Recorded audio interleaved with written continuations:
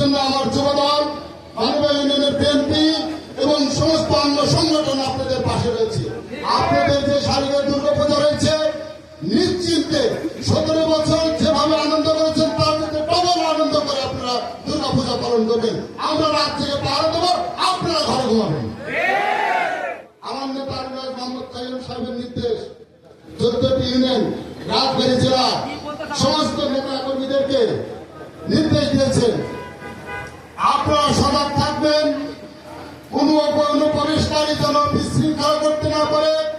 যারা বিশৃঙ্খলা করবে তাদের সাংগঠনিক ভাবে তাদের উপর ব্যবস্থা নেওয়া হবে।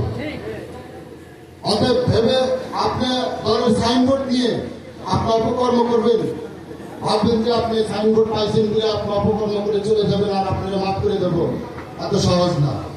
17 বছর আপনারা নির্যাতিত হয়েছেন, 17 বছর অপেক্ষা করেছেন, আর কয়টা দিন সামনে আমাদের নির্বাচন। সেই নির্বাচনকে সামনে রেখে আমাদের কিন্তু কিছু দায়িত্ব রয়েছে, সেই দায়িত্বগুলো পালন করতে হবে। একে অপপ্রচার চালাচ্ছে সেদিকে সতর্ক থাকতে হবে, সামাজিক কর্মকাণ্ডের সাথে জড়িত থাকতে হবে, মানুষের আপদে বিপদে পাশে দাঁড়াতে হবে। এটাই হচ্ছে নেতার কাজ। কোন দখলবাজি, কোন চাঁদাবাজি, কোন মাদক ব্যবসায়ী যেন আমাদের দলের মধ্যে না থাকতে পারে। যদি কেউ থাকে চিহ্নিত করবেন, লিস্ট দিবেন, আমরা দল থেকে তাকে বহিষ্কার করে দেব। তাদেরকে আমরা এই দলের মধ্যে কোন আশ্রয় প্রশ্রয় দেব। এটা আমার নেতার নির্দেশ, এটা তারেক রহমানের নির্দেশ, আমার নেতা মোহাম্মদ কাইয়ুম সাহেবের নির্দেশ, আমার নেতা মোনায়েম মুন্না ভাইয়ের নির্দেশ, আমার নেতা নয়ন ভাইয়ের নির্দেশ। অতএব সতর্ক থাকবেন, কোন রকম বিশৃঙ্খলা করার চেষ্টা করবেন না। সংগ্রামের সাথে বন্ধুগণ, এই আওয়ামী লীগ সরকার বলে আমাদের শেখ মুজিবুর রহমান নাকি যুদ্ধ করে নাই, তিনি নাকি যুদ্ধে ছিলেন না। জিয়াউর রহমান নাকি যুদ্ধ করে না। আর শেখ মুজিবুর রহমান তো পাকিস্তানে পলাইছিল না, যুদ্ধ করছে তারা সাধারণ মানুষ এবং জিয়াউর রহমান। সাধারণ মানুষ এবং জিয়াউর রহমান যুদ্ধ করেছিল 1971 সালে। সমস্ত বাংলাদেশের মানুষ যখন হতাশায় ভুগতেছিল, মানুষের মধ্যে যখন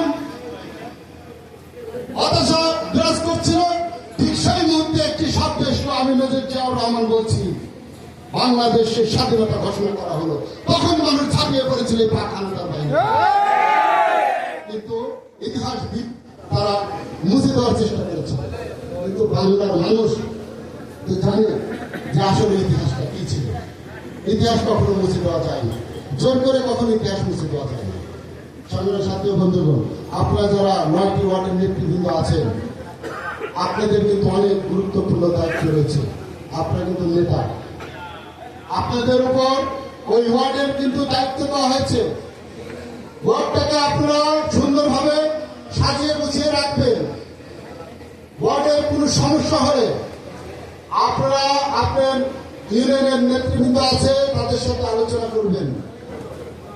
ওই ওয়ার্ডে যারা গরিব দুঃখী মেহনতি মানুষ আছে, যারা আপদ বিপদে আছে, তাদের পাশে গিয়ে আপনারা দাঁড়াবেন।